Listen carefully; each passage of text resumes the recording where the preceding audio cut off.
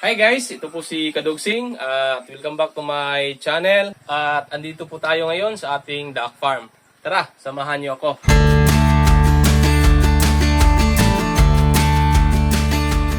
So ayan guys, andito na tayo sa ating duck farm. Matagal na din tayong walang upload sa ating YouTube. Meron tayong mga upload puro short video lang. So yan, ito yung kubo natin at yung mga duck house natin. Ayan, ito yung ating mga napulot na itlog ngayon sa ating mga itik. At ito yung ating i-arrange. So let's go.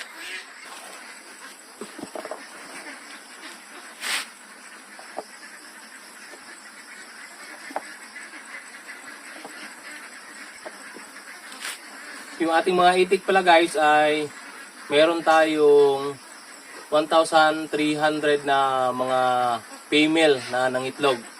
So ito po lahat yung napulot natin na itlog. At siguro nasa mga 900 yung ating mapupulot kada umaga or sobra pa. So ayan.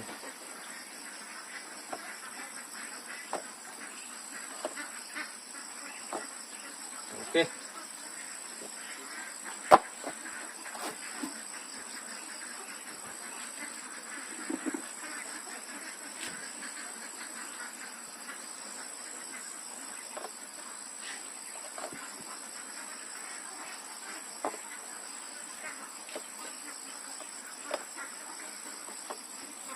At yung mga itik pala natin guys ay naka pure duck layer feeds po ito. Hindi na po natin ito pinapagala sa labas. So yung binibigay natin na pagkain ay talagang pure na commercial feeds na pangpaitlog. So tingnan natin mamaya yung ating mga alagang itik. Sisilipin natin sa mga bawat kulungan.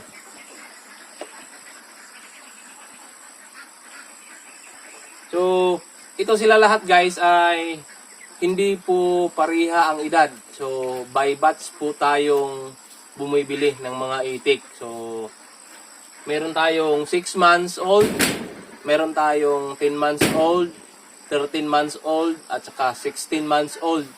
So, meron tayong 5 or 6 na batch dito sa ating farm.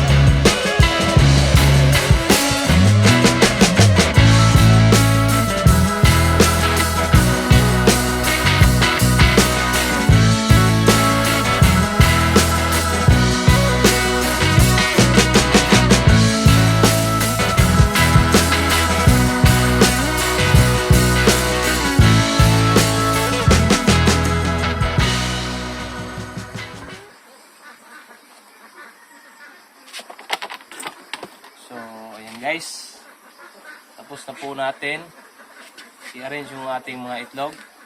Ayan, focus mo Mr. Cameraman yung ating napulot. Ayan, so nasa mga 28, 29 ka tray, mga 29 kasali yung mga reject natin ng mga crack. Ayan, meron tayong mga isang tray na crack. So, hinihiwalay na natin yung mga reject para hindi na matagal i-classify doon sa ating bebentahan. So, ayan guys.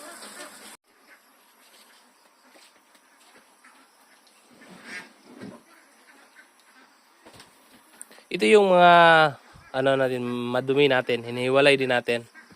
Ito yung mga small at crack egg natin. So, ayan lang guys, yung ating nakulikta ngayong umaga. Yan guys, titingnan na natin yung mga duck layers natin sa kanilang mga kulungan. At ito na po. Ito guys, ito yung mga natin, 2.5 months old. So hindi pa ito na nangitlog. Ayan. Ito yung mga naglaying natin. Dito na kulungan ay meron tayong mga 300 plus na itik. At ang edad nila dito ay 16 months old. So ayan, sira-sira na yung trapal nila. At punta naman tayo dito sa kabila. So meron tayong 5 na mga kulungan dito. Meron tayong 7 na mga kulungan dito. Ito pa guys. Dito meron tayong mga 200 plus, mga 230 na nangitlog, na naglaying. At ito naman yung 13 months old natin. Doon sa dulo ay ibang edad din yon. So ito lang, 3 box lang yung naglaying natin dito. So at yan pa. So yan, lalapit tayo guys. At yung wardog natin. Dito tayo dadaan guys. So medyo maputik ngayon dito sa atin. Kasi nga ay tag-ulan na. Basta na mga month na June ay tag-ulan na yan. So ito yun. Ito yung natin, building na medyo malaki-laki. At may 2 batch tayo dito. Ayan. So dito ay ang edad nila dito ay nasa 10 months old. Ayan. At meron naman tayong bilang dito na mga 340, 330 na mga duck layers. Hindi nakasali. Hindi kasali yung mga male. So, ayan guys. At dito naman, ito yung natin, 6 months old. Yan, bago pa lang, nasa mga sobra 1 month na silang nangingitlog. Ayan. Ito yung itik patiros natin. Ito yung, kung nakikita nyo, ay iba't ibang kulay. Merong kulay white, brown, gray, black. So, ayan. Ito yung natin. Medyo bata pa ng mga itik kasi simula pa lang ng itlog. At meron tayong mga 370 na female dito. So ito yung madabi-nabi natin.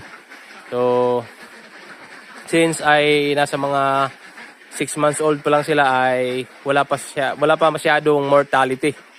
Ayan. So at dito pang last na kulungan natin. Ito yung mga itik natin na matatanda na. At yung building na ito ay kailangan ng i-repair. Para dito natin ilagay yung ating mga 2 months old. Kapag kapag nag-edad na sila ng mga 4 months. So ayan, wala nang laman. Kung makikita nyo, kasi nga sira na yung tubigan guys. So yung laman dito ay iniisa na lang namin. At ito yung mga itik natin. Ayan. So for culling na po sila ito. Nasa 25 months old na po ito.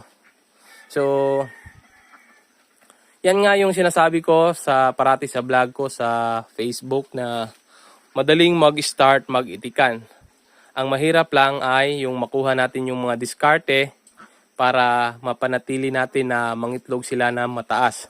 So yun ang mahirap aralin. So, makukuha natin yan sa experience. So, hindi natin maituturo talaga yan. Kasi nga, talagang technical yung mga ganyang pamamaraan.